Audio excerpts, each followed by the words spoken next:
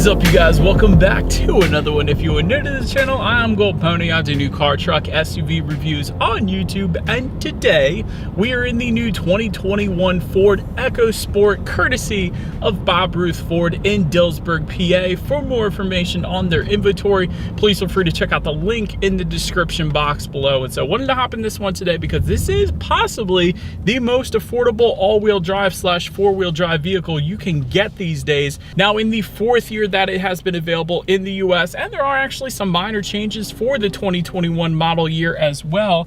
And so in this video, I will be testing out and going over everything about this one: acceleration test, braking, steering feel, sound system, exhaust clip, and everything else. So what do you guys say? Let's just go ahead and jump right into it. And as always, let's start with pricing. So as you can imagine, there are several different trim levels for the 2021 EcoSport. First one being the S, starting at $19,995. SE, which is the one we have today, starting at $23,450. Titanium for $26,265. And lastly, the SES, starting at $27,575. And so, as far as that pricing goes, for all trim levels but the last one, that will come standard with front wheel drive. If you wanted to add all-wheel drive to either the S, SE, or Titanium, simply add around $1,500 to any of those prices. But when it comes to the power plants, there are actually two of them, dependent upon the trim level that you go with. First one is going to be a 1-liter turbocharged inline 3-cylinder belonging to the S, SE, and Titanium trim levels,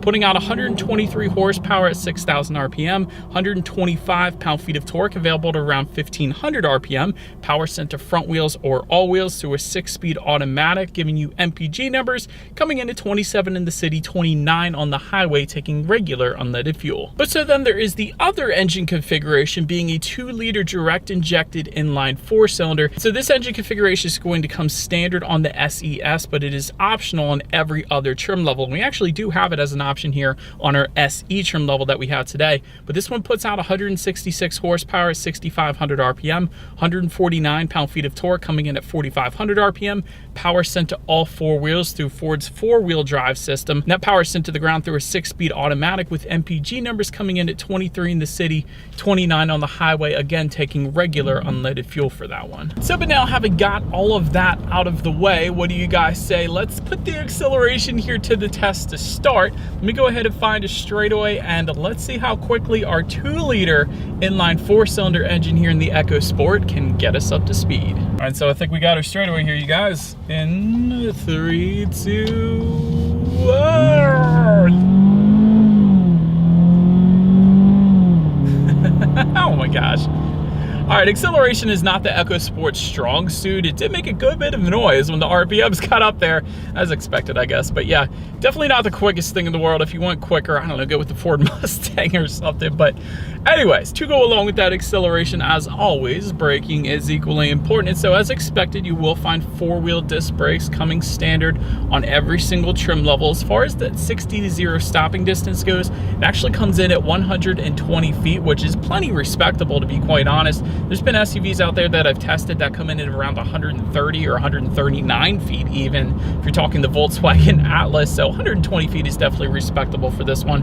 As far as braking feel goes, it's perfectly fine. Definitely not a Ford Mustang type of braking feel that I just got done reviewing, but it is a nice braking feel for the EcoSport, I will say that. Then touching on suspension and handling, up front you're going to get a McPherson strut front suspension, in the back independent multi-link rear suspension, front and rear stabilizer bars, gas pressurized shock absorbers, and if you were to go with that SES trim level, you will get a sport tune suspension, seeing as that is kind of the sporty trim level of the EcoSport, if you will. So wanted to mention that as well. But since we have the SE trim level, I can tell you the ride quality is acceptable, definitely no issues there. It's pretty much as expected for the EcoSport. As far as steering feel goes, again, it's pretty much as expected. It's actually not that bad. I've kind of expected it to be kind of this super loosey-goosey steering feel, but I mean, it's not the heaviest steering feel in the world, but it's just right, I would say, for the EcoSport. I'll put it that way.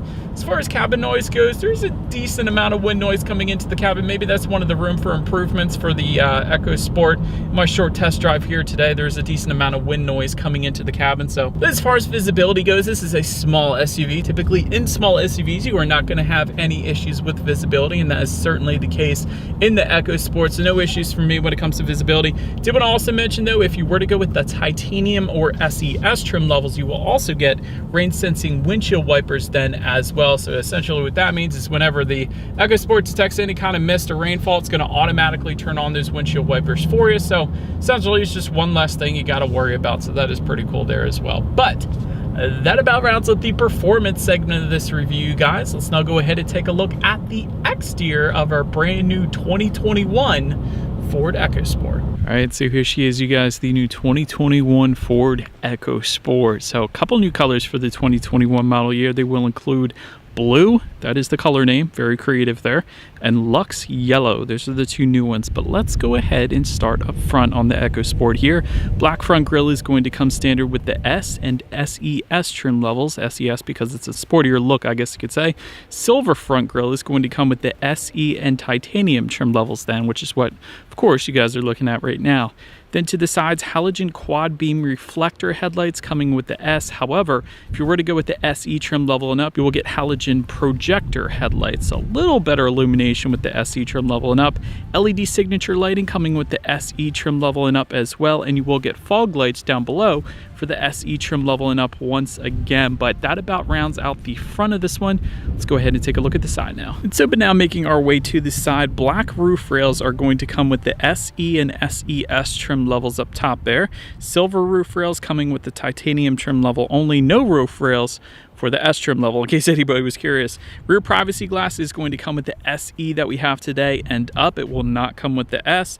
When it comes to those side mirrors, they are power adjustable black side mirrors with the S. However, for the SE trim level and up, there will be power adjustable body colored side mirrors. They will be heated as well with integrated turn signals, and you will actually get gloss black mirror caps only with the SES trim level. Again, the black being the sportier look, I suppose. When it comes to the door handles, they will be black for the S. However, all other trim levels will be body colored door handles. Then take a look down at the wheel setup. 16-inch aluminum alloys for the S and SE trim levels, and then 17-inch aluminum alloys for the titanium and SES trims. However, I will say the 16-inch that we have today, they don't look that bad. They look pretty good in my opinion. But now, let's go ahead and make our way to the back of this one. All right, so starting up top, rear spoiler, integrated rear spoiler with the integrated brake light coming standard across the board. Rear window wiper just below that. Trim level badging just below that as well, along with the four-wheel drive badging if the EcoSport that you're checking out is equipped, of course. And just below it all, there is a single exhaust outlet kind of tucked away on the driver's side there. So, having said that, I do believe you guys know what we have to do next. As always, here is that exhaust clip.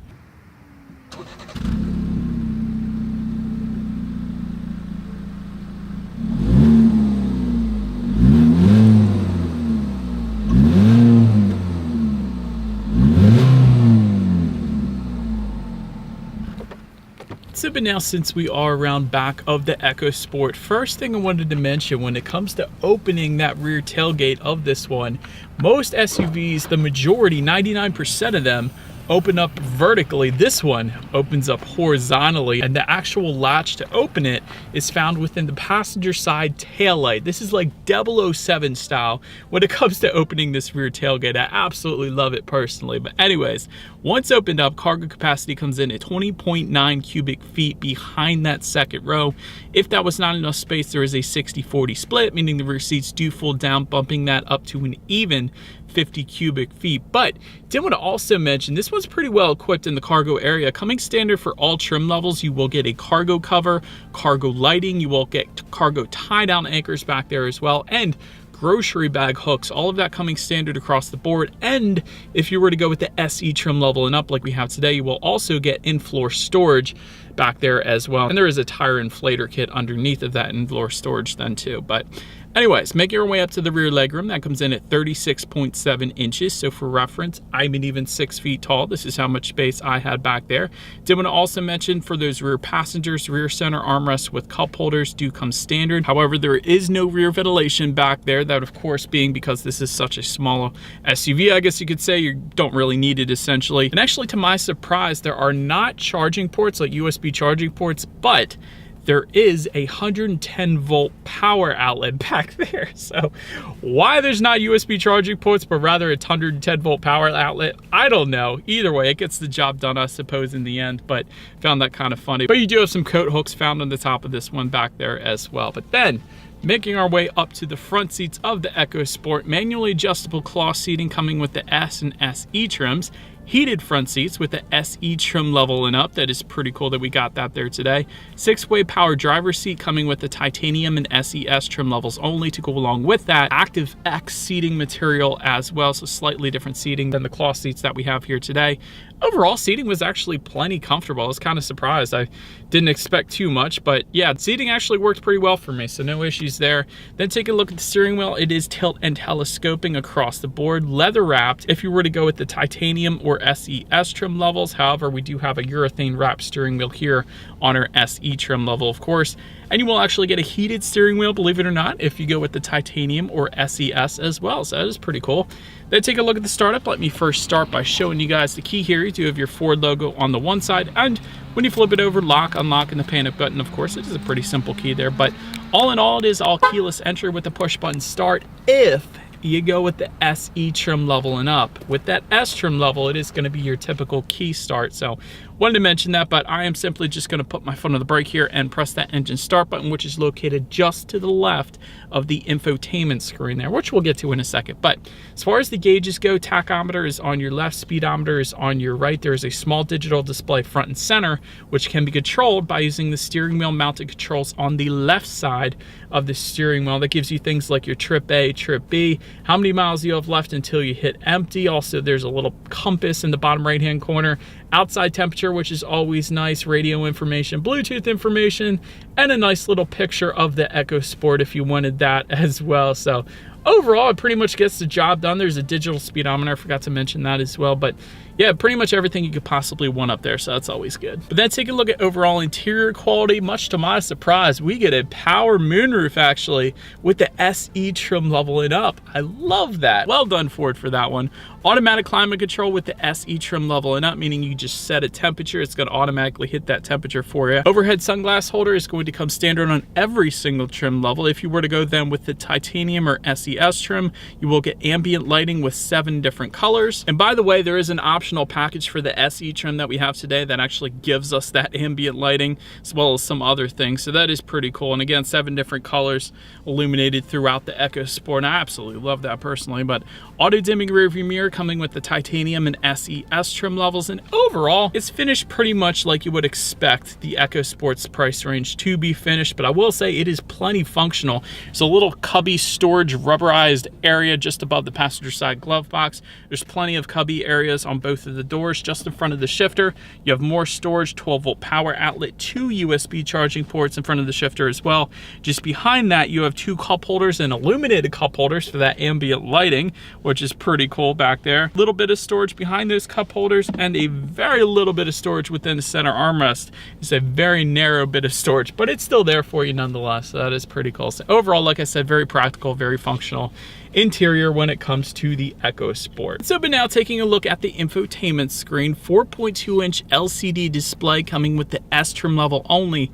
However, if you jump up to the SE trim level and up, you will get an 8-inch color touchscreen display. So either way, you're going to get Bluetooth and audio streaming. The SE trim level and up is going to add to that Android Auto, Apple CarPlay, meaning if you have a smartphone, just hook it up to the EcoSport and you have free navigation displayed up on that screen, as well as the ability to like and dislike your Pandora songs, and there's a couple other compatible apps as well. Factory navigation system is going to come with the titanium and SES trim levels. You can get it for the SE trim level. We do have one of those optional packages that gives us that there today, so that is pretty cool. Climate control settings can be accessed up there as well, along with your ambient lighting colors, like I was saying, and your radio information. And so when it comes to the sound systems, there are 3 of them. 6 speakers coming with the S and SE trim levels, 10 speaker Bang & Olufsen sound system with the titanium, and 7 speakers then for the SES. So since we do have that SE trim level today, therefore that means we have 6 speakers. So let's go ahead and turn on the radio, see what we got playing today, and let's test out the clarity of this one.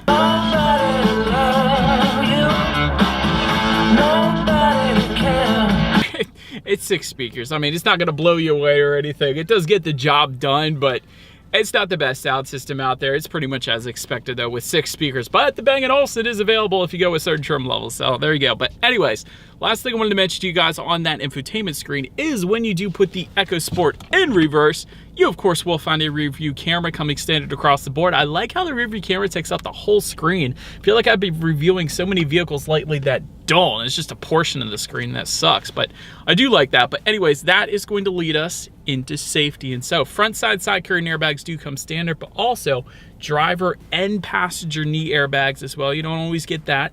In the back, you're going to have latch, aka lower anchors and tethers for children for the rear car seats, rear child door locks, tire pressure monitoring system, automatic emergency braking also comes standard. That's a big one there.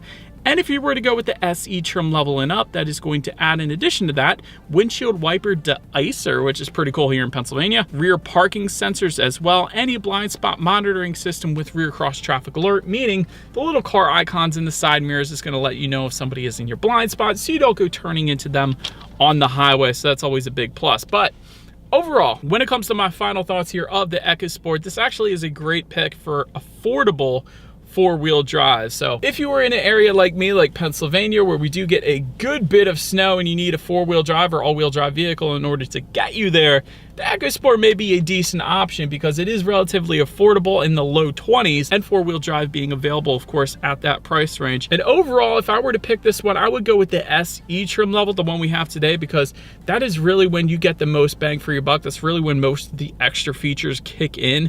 The S trim level is very basic, of course, and that's how it's able to get priced at under $20,000. That makes sense. That is going to appeal to some people.